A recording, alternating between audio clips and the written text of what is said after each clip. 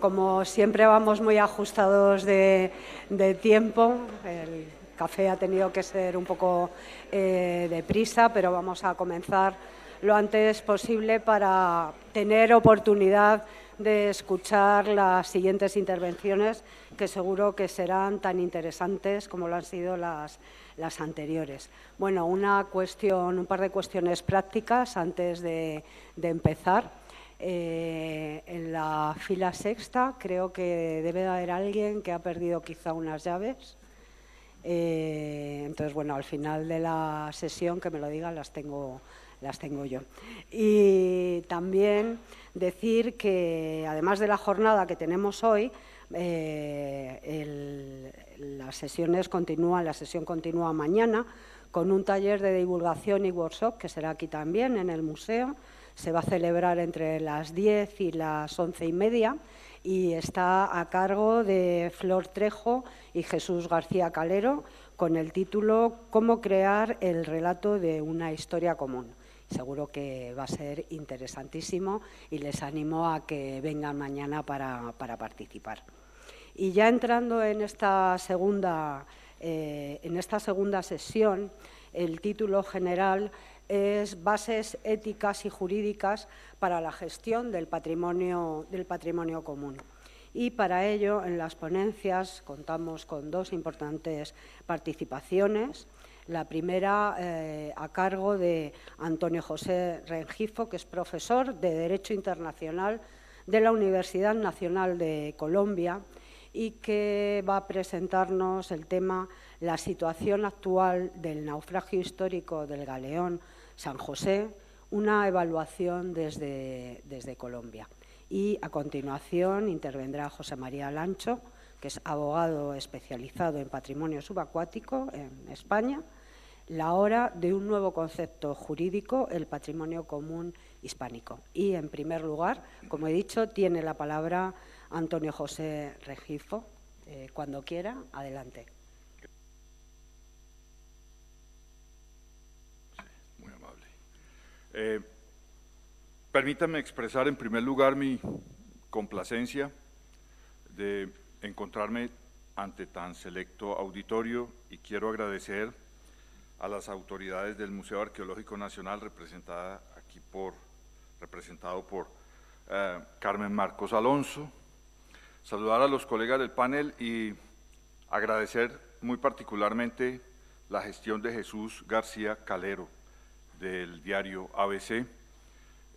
Yo creo que todos debemos estar agradecidos y celebrar que haya un individuo con ese tesón, con esa disposición y con ese énfasis que le ha puesto a todo esto del rescate del galeón San José.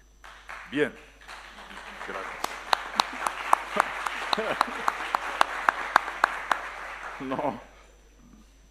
Bien, hay una cuestión que tengo aquí apuntada en mi, digamos, estructura de ideas. No traje PowerPoint, pero es en nombre de quien se habla, ¿no? Yo creo que eso es importante y ya fue aquí preguntado y respondido. Yo quiero simplemente decir que hablo como un ciudadano colombiano antes que todo, un ciudadano colombiano abogado que he dado una lucha judicial de 18 años contra la compañía Sea Search Armada de los Estados Unidos, que, asómbrense ustedes, en este momento en que hablamos, tiene derechos, lo pongo muy entre comillas, sobre el 50% del galeón San José. Es decir, por esos avatares del derecho que a veces suena tan poco importante, pero que lo es, y ya voy a entrar a ese punto muy rápidamente. Por esos avatares del derecho, digo, esa compañía tiene hoy 50% de derecho del galeón San José de bandera española. Bien, hablo también como docente, profesor universitario, profesor de Derecho Internacional de la Universidad Nacional de Colombia. Eso me da cierta autonomía frente al poder, en lo que se pueda, al poder ejecutivo de mi país, frente a las instituciones, pero no es una autonomía para hablar desde los caprichos o las subjetividades, sino para hablar de lo que realmente está pasando con el Galeón San José hoy. Eso no quiere decir que la verdad fluya por mis labios, sino que tratamos de mantener cierta objetividad sobre este punto. Muy brevemente, porque tenemos todos muy medido el tiempo, pero yo quiero decir, ya ha sido expuesto por mi colega Juan Guillermo Martín y por algunos aquí, y es que no es Colombia la que está disponiendo del Galeón San José. Es un gobierno testarudo, un gobierno obcecado, podría decirse casi obsesionado, con el Galeón San José y por disponer de él. Quiero que se entienda que no es Colombia, país amigo, país que tiene unas academias solventes intelectualmente, lo dijo muy bien el profesor Lucena, que ha sido vanguardia en la protección del patrimonio cultural, es un gobierno, repito, obcecado, terco, arrogante, que no escucha las razones que se le han expuesto. Y hay que decir también que los presidentes se equivocan, ¿no?, como seres humanos, que no son seres que tengan posesión de una verdad ni que manejen unos discursos racionales. Se equivocan hoy, se han equivocado en el pasado y muy seguramente se seguirán equivocando, y para eso estamos los ciudadanos, la sociedad civil, para intervenir y aportar nuestras opiniones en todas estas materias y en otras que se presenten a la sociedad, ¿no? Los gobiernos no pueden ser autoritarios, los gobiernos no pueden hacer lo que les da la gana, como se dice coloquialmente, y ya lo mencionó también mi colega Juan Guillermo Martín. Hay un aspecto que yo quiero mencionar que me parece una de esas paradojas de la historia, bastante crueles, y es la siguiente: fue un inglés, el comodoro Charles Wager, que asaltó el Galeón San José por allá en el año 1708, y no logró capturar ese botín precioso, se le hundió ante sus ojos, cosa que ha permitido reconstruir anécdotas y demás, pero me parece una paradoja cruel, decía, que sea un gobierno colombiano el que pretenda consumar ese asalto histórico, entregándole la mitad de la carga del Galeón San José a una compañía de cazatesoros inglesa, donde parece que hay un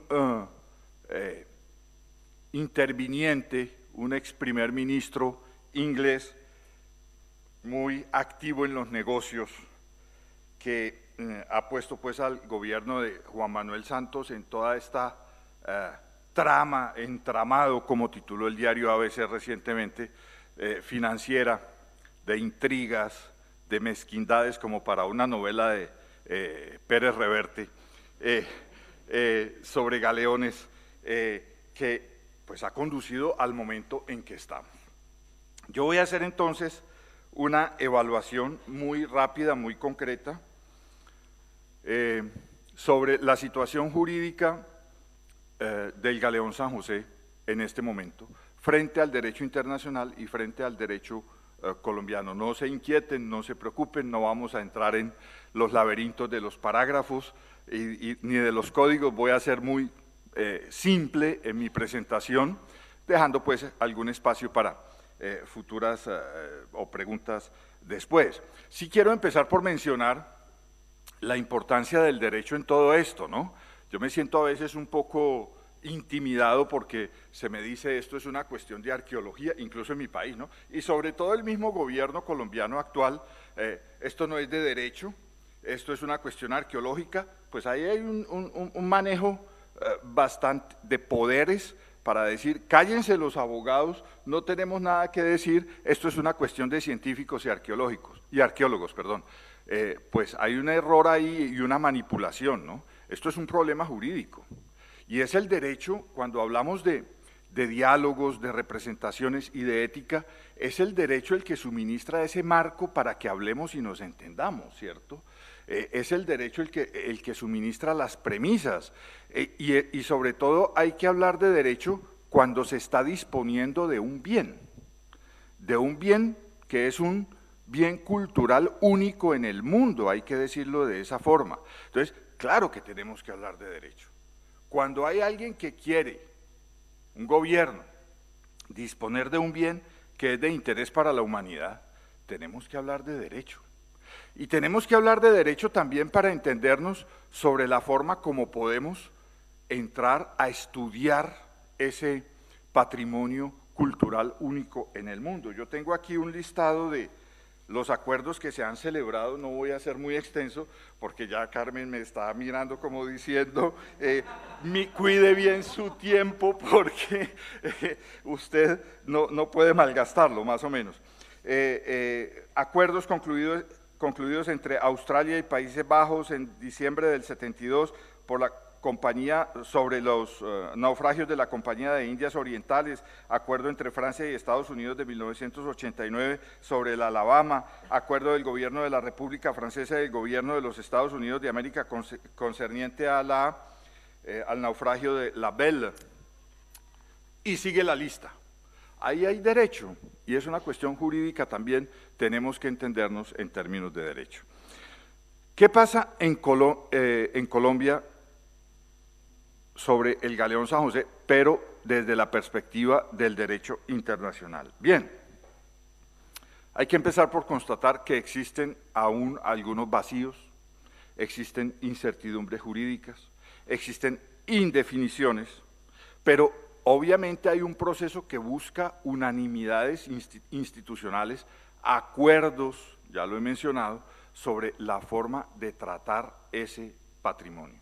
A mí me parece que una de esas formas está expresada en la Carta de ICOMOS, el Consejo Internacional de Monumentos y Sitios Arqueológicos de Bulgaria, adoptada en Bulgaria, en Sofía, donde se dan una serie de pautas, de estándares internacionales muy importantes para el tratamiento de los naufragios históricos. Yo sé que muchos de ustedes la conocen, pero es bueno que la mencionemos aquí, porque precisamente el gobierno colombiano, tenemos que constatarlo, lo hemos dicho en Colombia en repetidas ocasiones, no está atendiendo a este mínimo del mínimo ético y arqueológico para tratar un naufragio histórico de las dimensiones de la importancia del Galeón San José.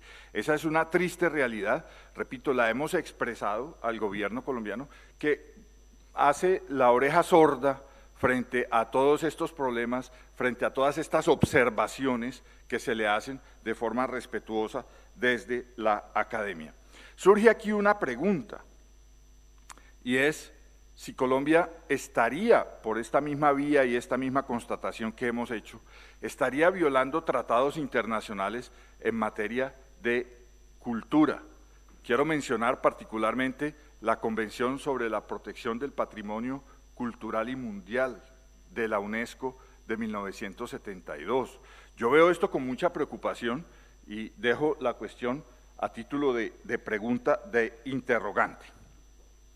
Otro aspecto importante sobre esto del derecho internacional es o son las reclamaciones que se han venido haciendo sobre la carga del Galeón San José y el naufragio del Galeón San José. La validez jurídica de esas reclamaciones no me corresponde hacerla a mí ni evaluarla en este momento, de pronto en otro foro podría hacerse. El Perú ha hablado de reivindicar, lo hizo en el caso de Nuestra Señora de las Mercedes. Hay también la comunidad Caracara de Bolivia, Caracara con Q, de Bolivia, muy cercana a las minas de Potosí, que justo la semana pasada yo me entrevisté con ellos en Bogotá, presentaron una reclamación diciendo lo que a mí me parece como realidad histórica, fácilmente comprobable, pero repito, hago la aclaración, no me corresponde hacer la evaluación jurídica, es decir, qué tanta validez pueda tener esa reclamación. Pero ellos hacen una constatación histórica, repito, y es que toda la plata del Galeón San José salió de las minas de Potosí. No podía salir de otra parte porque no había otras minas en el pasado de las cuales pudiera salir, o por lo menos no se conoce muy bien de las cuales hubiera podido salir la plata que llevaba en su carga el Galeón San José al momento de su hundimiento. muy probablemente surgirán otras reclamaciones. Eso es importante tenerlo presente dentro de lo que puede ser un diálogo sobre esto del Galeón San José. Quiero referirme también en la parte internacional al hecho de que Colombia no haya ratificado la Convención de la UNESCO de 2001 sobre protección del patrimonio cultural subacuático. Yo constato, y no es una opinión personal ni de académico, sino frente al derecho internacional, Colombia no puede, y lo he dicho también públicamente en Colombia, para medios y en las academias, Colombia no puede como Estado disponer libremente del Galeón San José por el solo hecho de que no haya ratificado la Convención de la UNESCO de 2001. Colombia tiene la obligación de preservar ese naufragio histórico, no porque yo lo diga o lo piense o lo opine, sino porque el derecho internacional lo impone. Colombia está frente a un patrimonio que, pongámoslo en este momento, yo sé que puede resultar un poco provocador ante este auditorio, pero Colombia está frente a un patrimonio que es disputado en alguna medida, que es discutido, de manera que Colombia está en la obligación de respetar esa situación para proceder conforme a los estándares internacionales. Ese patrimonio tiene interés para toda la humanidad. Lo interesante de esto es que dentro de una retórica bastante ambivalente, no digo ambigua, sino ambivalente, el gobierno colombiano lo ha reconocido así, ha dicho, sí es un patrimonio de interés para la humanidad, pero nosotros hacemos lo que queremos. El galeón es colombiano, el galeón es para los colombianos, repito, una mezcla retórica muy ambivalente, donde se dan realidades para el mundo de la arqueología, del derecho, para la comunidad internacional, diciendo el Galeón San José tiene interés para la humanidad, pero es colombiano y es de los colombianos. Me preguntan a mí, profesor, diga si el Galeón es colombiano, simplemente digo, es un patrimonio disputado porque frente al derecho internacional hay argumentos distintos que entran a mediar en todo esto. ¿Cómo se resolverían en un proceso judicial? Pues yo espero que no lleguemos a ese proceso judicial y para eso estamos aquí, para que dialoguemos en buena hora en este auditorio conformado, en este foro conformado pues por el Museo Arqueológico y el diario ABC. ¿Cuál es la situación del Galeón San José frente al derecho colombiano? Mucho más enredada de lo que parece. Y en ese sentido el gobierno está el gobierno colombiano ante una equivocación mayúscula, histórica y cultural. Es disponer de un galeón que, como ya lo decía, está disputado no solamente frente al derecho internacional, sino frente a los derechos que todavía perduran a favor de una compañía estadounidense que es la Sea Search Armada, 50% con embargo. Ya ellos anunciaron que de cualquier cosa que rescaten del Galeón San José, ellos tendrían derecho al 50%. Si salen 2 lingotes, uno es para la Sea Search Armada. Esto es una situación lamentable que da la idea del botín de guerra de que les hablaba antes, ¿no? Fue un botín de guerra para el comodoro Charles Wager, quien involuntariamente hunde el galeón, y es un botín de guerra también en el proceso de rescate, pues a favor de esta compañía inglesa. Decía anteriormente, o como introducción a esta presentación que hago, que somos muchas las voces que en Colombia nos hemos levantado contra este proceso. Yo quiero hacer mención aquí a un grupo de académicos liderado por la Universidad Nacional, dirigido por la profesora Luz Amparo Fajardo, decana de la Facultad de Ciencias Humanas, donde hay historiadores que hemos hecho comunicados pidiéndole al gobierno colombiano que se abstenga de intervenir, siquiera de intervenir el galeón San José. La Academia de Historia de Cartagena de Indias, también ha hecho un pronunciamiento interesante. Todo esto es bien fundamentado, hemos invocado razones, están disponibles en la internet para quien quiera consultarlas, donde fundamentalmente hemos dicho que es un error intervenir ese galeón con base en unas premisas que discuto seguidamente.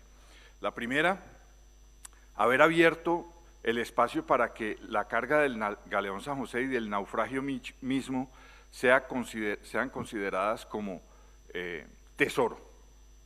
Jurídicamente, en el lenguaje hablado, perdón, tesoro, naufragio, pues la gente confunde, pero jurídicamente esto tiene serias implicaciones.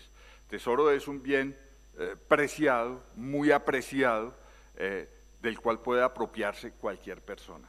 Patrimonio cultural es otra cosa. Patrimonio cultural es protegido por el Estado, tiene un interés arqueológico, tiene un interés cultural, histórico, que hace que realmente haya que preservar esos bienes como una obligación y que quien dispone de ellos esté incurso incluso en las fronteras, pues los límites del Código Penal, es decir, es un delito disponer de esos bienes. Se abrió la compuerta a tesoro, a la noción de tesoro. Jurídicamente quiere decir que se puede comercializar y que se puede pagar la operación de rescate con la misma carga del galeón San José. Eso ha sido catalogado como un crimen arqueológico por reconocidos arqueólogos en el mundo. Es decir, ¿cómo se va a pagar esa operación de rescate con la misma carga que trae el galeón San José? Hay también pronunciamientos de la Procuraduría General de la Nación, que ha hablado de las ilegalidades de una alianza público-privada, que es una figura más propia de la minería, la extracción minera, y que se va a aplicar a un bien de patrimonio cultural.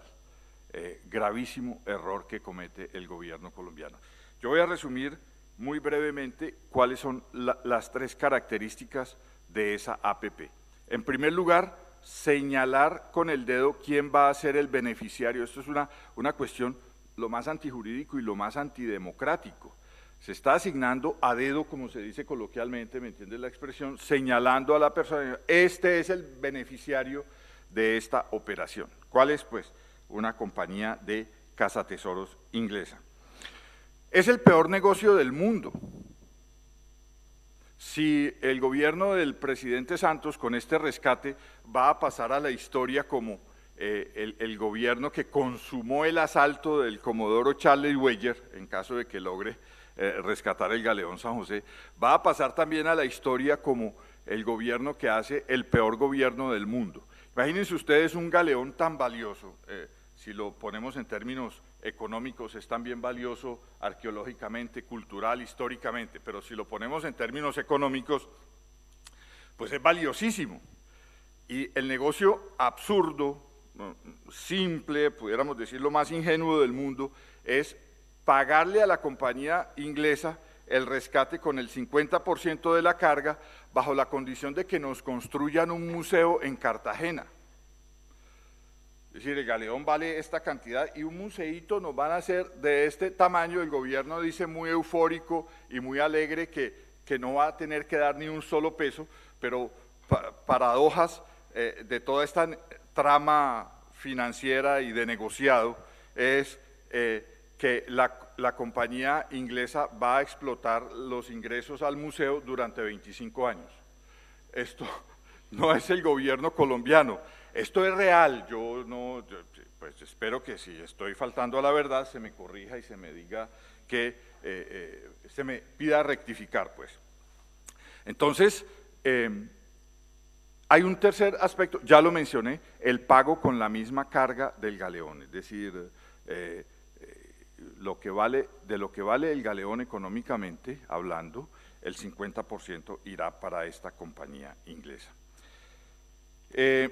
Existe en Colombia la conciencia de reversar esta APP, de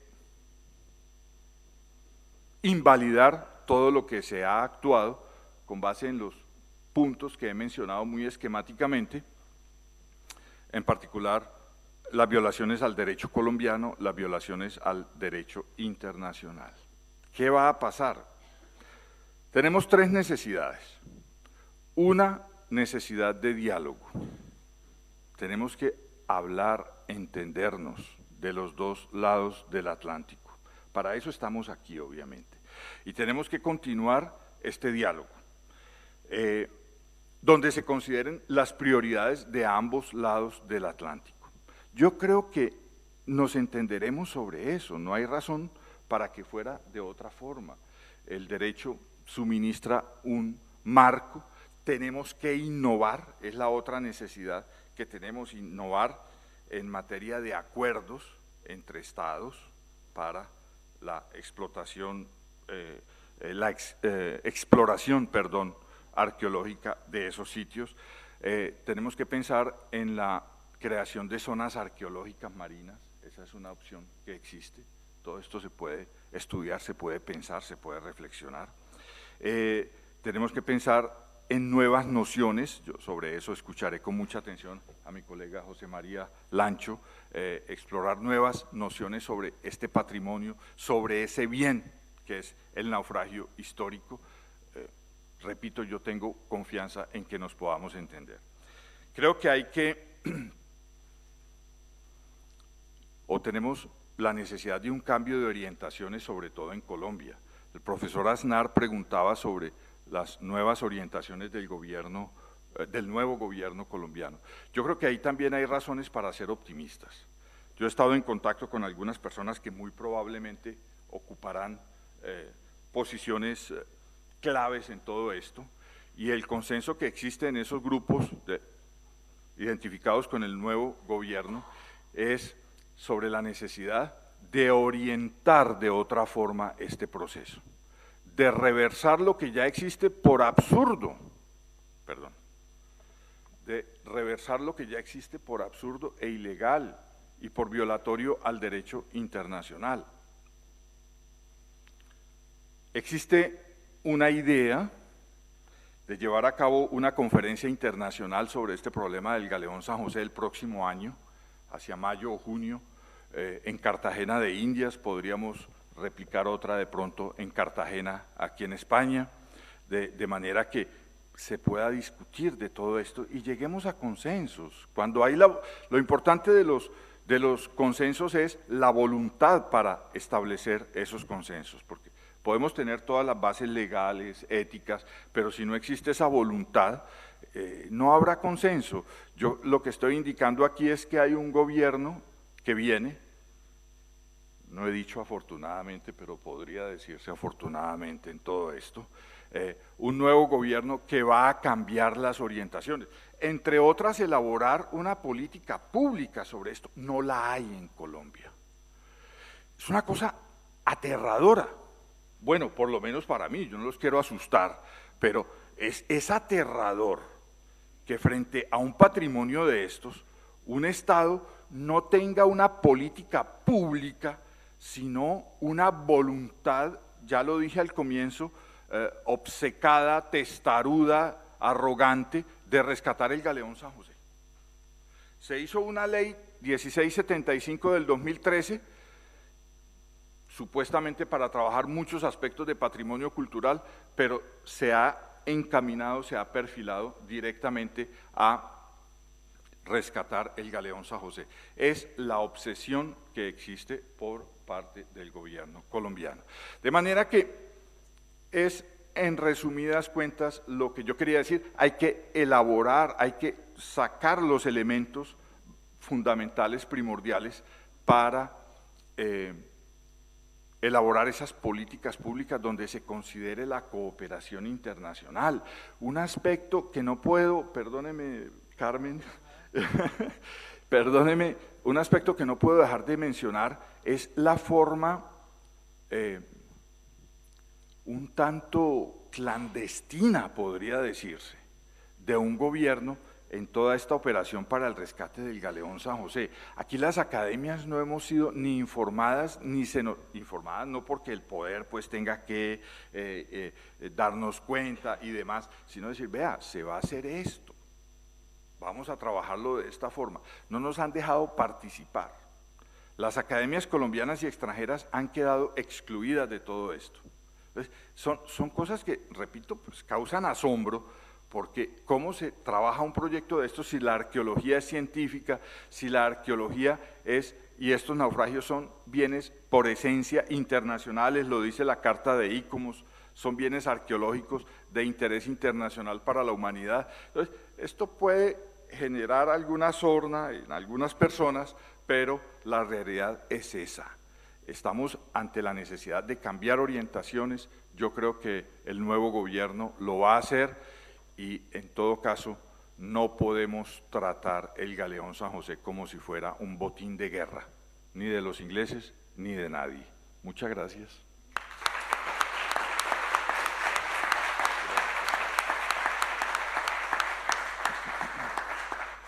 Muy bien, muchísimas gracias.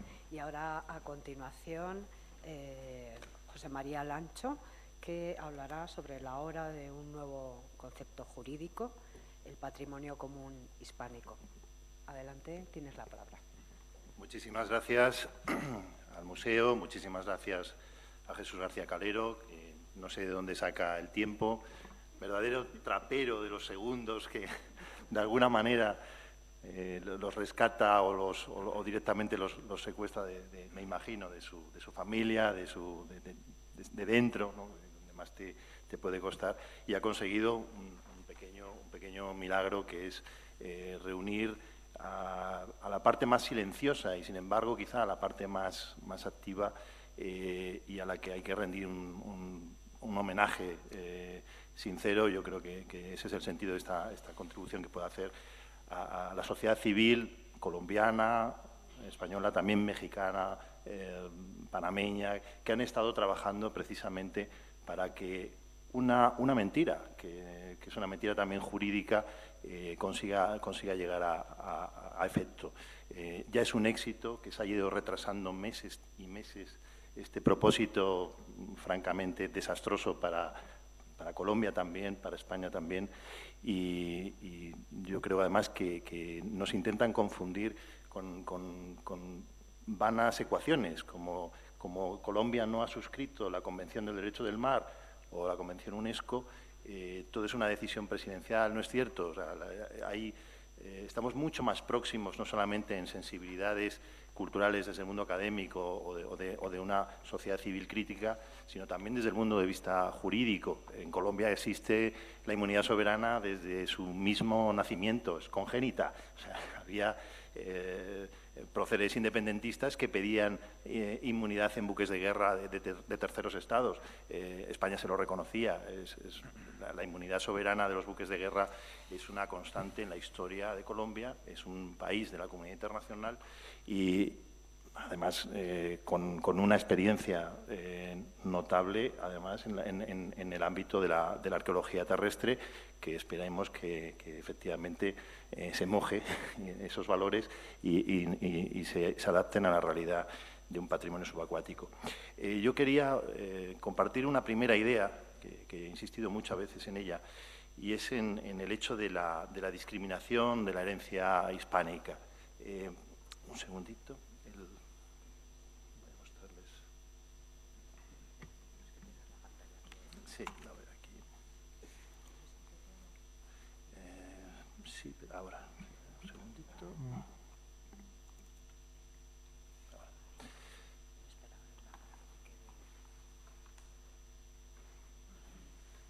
Ven el cuadro del San José que nos pintó la pintora María Blanco, basándose además en descripciones históricas del buque. Fue un trabajo de F5. Es que no tengo el teclado yo aquí. Espera aquí abajo, es que no lo veo. Espera. Aquí. Ah, la presentación. Perfecto. ¿Qué pasando con el...? Excelente, gracias.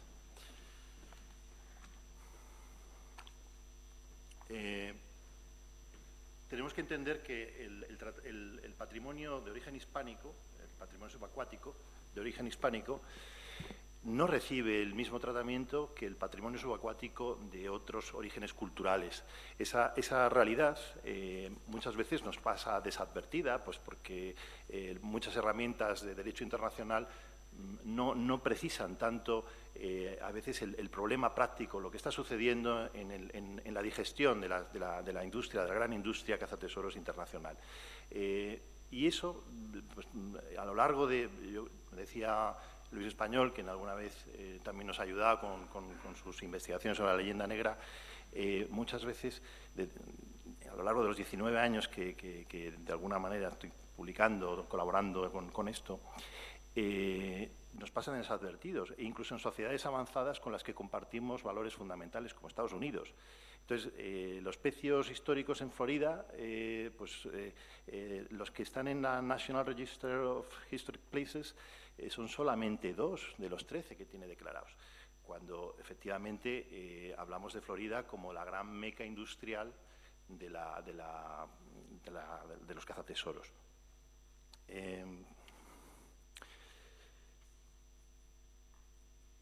El tipo de posición que muchas veces vemos en los organismos públicos norteamericanos, y ahora con eso vamos llegando y nos acercaremos a Colombia rápidamente, es a veces aterrador. Y a mí me parece sorprendente leer tanto en las comunicaciones a la bolsa de algunas de las empresas que se cotizan y se dedican a la industria cazatesoros, pues hablar de los tesoros robados del Nuevo Mundo, hablando de lo que es su explotación comercial primaria, ¿no? Y esa idea de que los restos del naufragio corresponden a material robado y que las personas que sucumbieron en esos naufragios tenían una tara moral que hace legítimo, efectivamente, el expolio de sus restos o la ausencia de valor histórico y arqueológico sobre los mismos, es un lugar común en las páginas donde estas empresas se anuncian, donde estas empresas se manifiestan en las administraciones, y es una herramienta fundamental ideológica con la que consiguen, negando carácter de verdadera historia y de arqueología americana, e incluso siquiera una vinculación moral o legal con de estas sociedades con las sociedades que tienen origen en esos restos arqueológicos, española, portuguesa, por supuesto.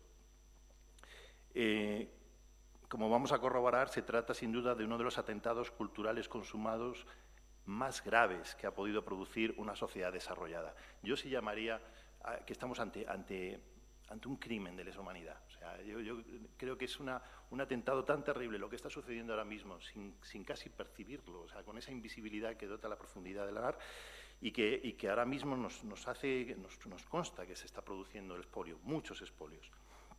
Cuando nos preocupamos de hacer una evaluación temporal de qué espacio de tiempo disponemos para buscar, encontrar una respuesta eficiente contra la industria de cazatesoros, que fue también, buscamos una modelización matemática, nos ayudó un ingeniero muy importante, Alfonso Fernández Durán, estuvo también gente de la academia importante, María Cruz Berrocal, nos ayudaron otros historiadores. La cuestión es que comprobamos que para el patrimonio hispánico tenemos una ventana muy estrecha, nos salía unos 10 años.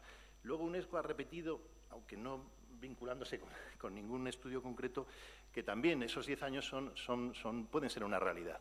Entonces, realmente estamos ante un espacio que corresponde, un espacio de responsabilidad que corresponde a nuestra generación. A veces es muy significativa la dureza de las declaraciones de expertos que se presentan también en los santuarios de los parques nacionales, en algunos de Florida. Yo me he quedado asombrado, ¿no?, acusando de genocidio sistemático, y que eso evidentemente negaba cualquier virtualidad arqueológica a los restos, y por supuesto que el derecho internacional no podía amparar ninguna ambición de protección sobre los mismos. Podría dar una serie de nombres de personajes que desgraciadamente se han cruzado con nuestro patrimonio y han intentado la devastación incompleta de un registro de historia común, que es el americana, además, en Estados Unidos, y es que son decenas. A mí esto tampoco nos tiene que hacer pensar que es una singularidad en Estados Unidos. Esto abarca el globo entero.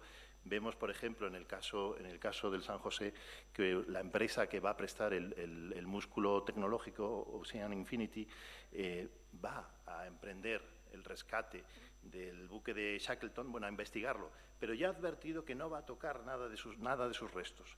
Va a ser una intervención absolutamente arqueológica, que por supuesto no tiene nada que ver con lo que pretende hacer con el San José, que es su vaciamiento en 6 meses. A mí es muy importante, por tanto, que entendamos que el patrimonio hispánico, de origen hispánico, es el objetivo principal de la industria cazatesoros internacional, y que existe una discriminación eficiente en muchas instituciones que hacen que este patrimonio tenga un tratamiento distinto, que legalmente reciba un tratamiento diferenciado, que la práctica legal, regulatoria, nos encontremos unas divergencias inexplicables. Podría dar muchos datos, he investigado muchos asuntos judiciales y administrativos en Estados Unidos para comprobar dónde se exigen criterios arqueológicos y cuáles son y dónde no.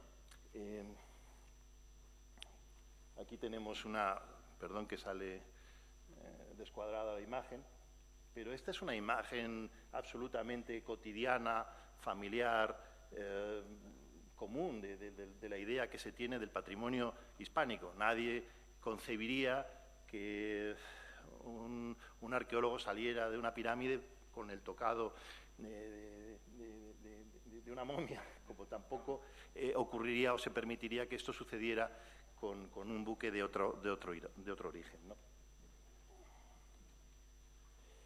Aquí vemos, y esto, una de las minas que sigue abierta y por decenios, son las que corresponden a La Tocha, a Santa Margarita. Esta es la información máxima que esta gente produce. El juez, esto está sacado de documentación judicial, el juez no mira nada más. Nadie se persona, nadie se pronuncia sobre esto, la ilegitimidad de la atribución de dominio sobre estos restos, y como pueden ver, hasta ahí llega la capacidad de extraer información histórica de este expolio, porque es una descripción judicial ilegal de un expolio.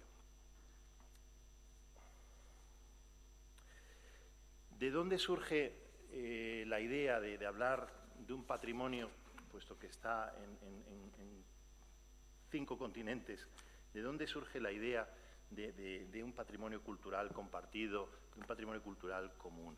Desde 2008, cuando ya estaba el proceso Odyssey contra Odyssey tomando velocidad, la empresa Cazatesoros, en su diseño de laboratorio legal, concibió también que se personaran efectivamente el Perú, nada menos que enarbolando los derechos históricos de las minorías indígenas que pues habían supuestamente subsistido a pesar de la conquista y de la experiencia de aculturización hispánica en esa sociedad.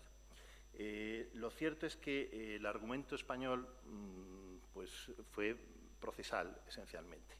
Y al final ese asunto, ese capítulo singular, a muchos nos extraña el posicionamiento de Perú, porque Perú no consideraba esos restos como restos arqueológicos, los consideraba como un oro, como una plata a la que tenía derecho como tal metal, ¿no?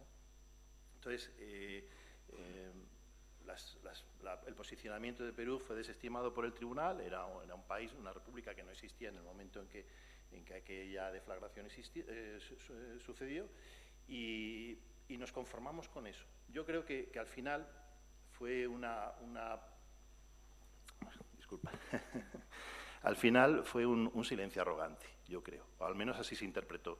Y me pareció que perdimos una oportunidad importante a la hora de explicar otras cuestiones. Porque efectivamente la idea que subyace y que es la idea de la industria cazatesoros es que existe una vinculación entre las situaciones difíciles de algunos países o algunas repúblicas americanas y la experiencia de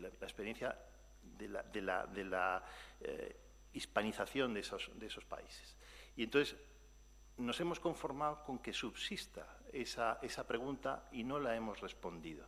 Creo, sinceramente, que vehicular la situación azarosa de algunas minorías o de sectores de la población de algunos de esos países con la experiencia de la conquista en el siglo XVI puede ser un recurso jurídico, político, pero no puede trasladar un debate sobre nuestra propia identidad a esos márgenes en los que nuestra historia descolocada en el tiempo coexiste.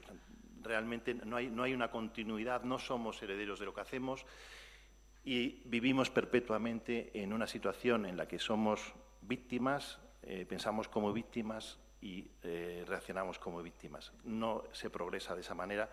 Estaba buscando una declaración que me llamó mucho la atención de un académico peruano, me parecía fundamental, pero no la localizo aquí. Y lo que sí quería llamarles la atención también, el segundo elemento antes de entrar en la definición de patrimonio común, es que toda esta discriminación tiene un efecto poderosísimo político y tiene un interés político realmente alarmante y fundamental. Uno es, ya entrando en el asunto del posicionamiento de Colombia, Colombia ha sostenido en su última resolución judicial, la del Consejo de Estado, el Tribunal Supremo de lo Contencioso Administrativo de allá, que sus derechos no provienen de ser la continuación de España. No es que nosotros también somos España y, por tanto, estos derechos pues, también son nuestros. No. Lo que ha sostenido, y eso es con una intención muy poderosa, ideológica muy poderosa, es que invocando la ley de 16 de octubre de 1821 del Congreso General de Colombia, que es una ley nacida del estado de guerra en aquel momento entre los independentistas y los patriotas colombianos y el Reino de España, dice: libertada por las armas de la República, cualquiera provincia, ciudad o lugar deberán ser secuestrados y confiscadas todas las propiedades que se encuentren en su territorio correspondientes al gobierno español. Es decir, el justo título del presidente Santos, según su Consejo de Estado, es la vigencia de la Guerra de la Independencia, al menos hasta que Colombia reclamó aguas territoriales, que creo que fue en 1930. O sea, realmente hemos estado... Bueno, ahí ya lo planteó efectivamente. Si luego ya se materializó en norma posteriormente, pues hemos mantenido una guerra sin saberlo ciertamente larga. Y es terrible, ¿no?, que sostengamos esa idea de la persistencia de la guerra en el fondo del mar como vínculo último entre y explicación final de la cuestión del San José, que subyace en el San José.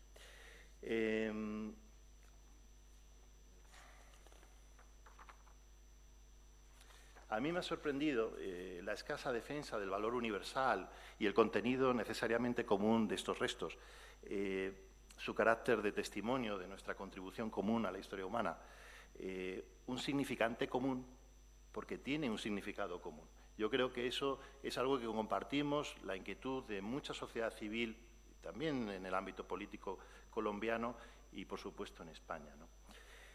Sin embargo, ninguna iniciativa al respecto se había emprendido hasta que ahora el ABC, con Jesús García Calero pilotando, pues nos ha dado ocasión a plantear cosas nuevas, como decía Antonio.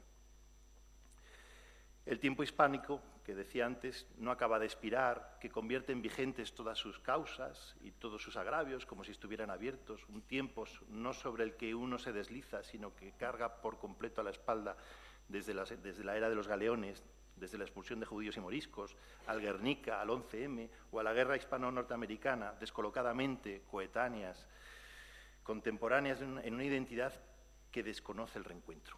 Y eso creo que exige soluciones, exige novedades. El nacimiento de un concepto, pues ya les digo que fue como consecuencia de aquel posicionamiento. Estuvimos comentándolo en el High Festival, habíamos publicado alguna cosa. Finalmente, en el Congreso ICUBA, que se hizo en Cartagena, en la Cartagena española, se presentó una ponencia específica sobre eso. Y ahora, pues gracias a las inquietudes del mundo académico de países americanos, pues podemos estar planteando a ver qué de estas ideas pueden ser rescatables y adaptables a una problemática que exige una solución ya. En ese sentido es imprescindible la cooperación, el protagonismo de los científicos sobre los políticos, llamo la atención a esto, que se habiliten espacios de actuación legal, si es necesario, pues una carta hispánica de patrimonio histórico sumergido, o cualquier otro concepto que podamos proveer para ello, una declaración conjunta que siente las bases de una política coordinada de defensa, de difusión y conservación de ese patrimonio histórico sumergido. Lo que se ha comprobado es que este concepto, según lo íbamos moviendo, pues a otros les llamaba también la atención. A mí me contactó un funcionario holandés y me dijo que estaban abriendo, o sea, que había leído con mucho interés lo de ICUBA y que estaban abriendo una, que llevaban avanzado el asunto y que estaban con un programa sobre patrimonio compartido. Y que su primera experiencia, había sido con Australia. Efectivamente, Holanda, en un primer momento, y como ha significado o ha precisado muy bien Antonio, hizo una cesión de los derechos sobre una serie de buques de la Compañía Oriental y de las Indias Orientales, y vio que esa experiencia, aún no la definió compartida, fue interesante, desbloqueó problemas políticos con Australia, pero no le encajó tanto en la idea que tenía de participar, de poder tener un protagonismo compartido, común con Australia sobre su propio legado histórico. Entonces, empezó a desarrollar también un programa sobre patrimonio compartido. Es decir, resulta que estamos llegando a conclusiones desde aquí, que llevamos hablando de ellas y nos están oyendo, están tomando medidas que sirven para lograr desbloquear este tipo de problemática diplomática, y en esa situación imprescindible de que se hagan afirmaciones nuevas dentro del ámbito de la cooperación y de la ciencia, me preguntaba un político panameño, y bueno, ¿qué supondría o cómo usted idea la cuestión de un patrimonio común? Desde luego, el reconocimiento de la inmunidad soberana del buque histórico. ¿Y por qué? Pues porque es el único instrumento, y de verdad que en mi experiencia como abogado, en lo que he podido participar en la protección y las peleas por nuestro patrimonio, lo único que ha funcionado es la inmunidad soberana. Muchos esperábamos, yo el primero, que hubiera tenido más consecuencias el convenio UNESCO. Desgraciadamente, no están lo suficientemente maduras las vías de cooperación entre Estados como para conseguir que se materializara de una manera eficiente. Sin embargo, sí ha funcionado la inmunidad soberana. La inmunidad soberana para un Estado que excluye la posibilidad de comercializar bienes culturales y más aún un patrimonio de esta antigüedad con lo que no nos hemos encontrado porque no lo hemos investigado todavía. Estamos en ciernes ahora con un primer galeón. Resulta un instrumento esencial. Respecto a los posibles restos de marinos caídos españoles y el carácter de tumba del yacimiento, pues también es fundamental.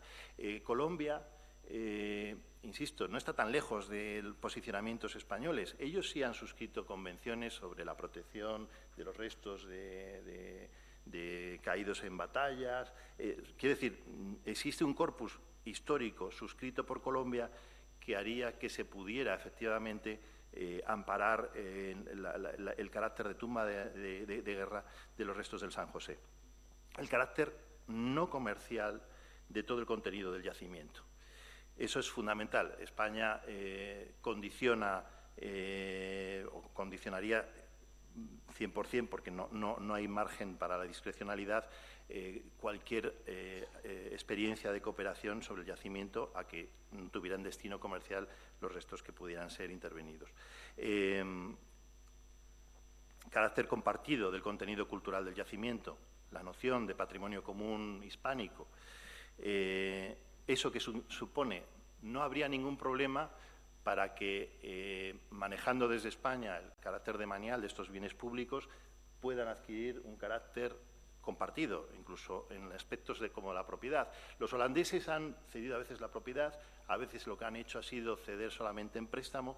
Yo creo que cada país o cada caso buscará la fórmula que más convenga. Lo más lógico, desde luego, es que la residencia de los restos rescatados, de una manera principal, pues fuera en el país costero. Yo creo que la historia común exige que precisamente no se desvincule esa experiencia histórica de esa geografía global de la que somos consecuencia. El principio de cooperación en la intervención sobre el yacimiento es fundamental y está íntimamente ligado con el reconocimiento de la inmunidad soberana y, por supuesto, la suscripción de los protocolos redactados en los anexos de la Convención UNESCO de 2001, que ahí sí creo que es universal la sensibilidad de la mayor parte del ámbito arqueológico, de los profesionales que en definitiva son a veces los que se echan de menos cuando hay que solucionar una disputa de este tipo. Y esa es una propuesta que queda arrojado al suelo de académicos, de políticos y de funcionarios, y espero que pueda servir para que estos yacimientos sirvan precisamente como un punto de reencuentro entre sociedades que muchas veces no es fácil que haya un puente que les haga coincidir y que sean precisamente científicos los que accedan a ese pasado común, a veces maltratado y manipulado como leyenda negra, de cuya experiencia pues Manuel Lucena nos ha ilustrado muy bien. Y nada más, muchísimas gracias.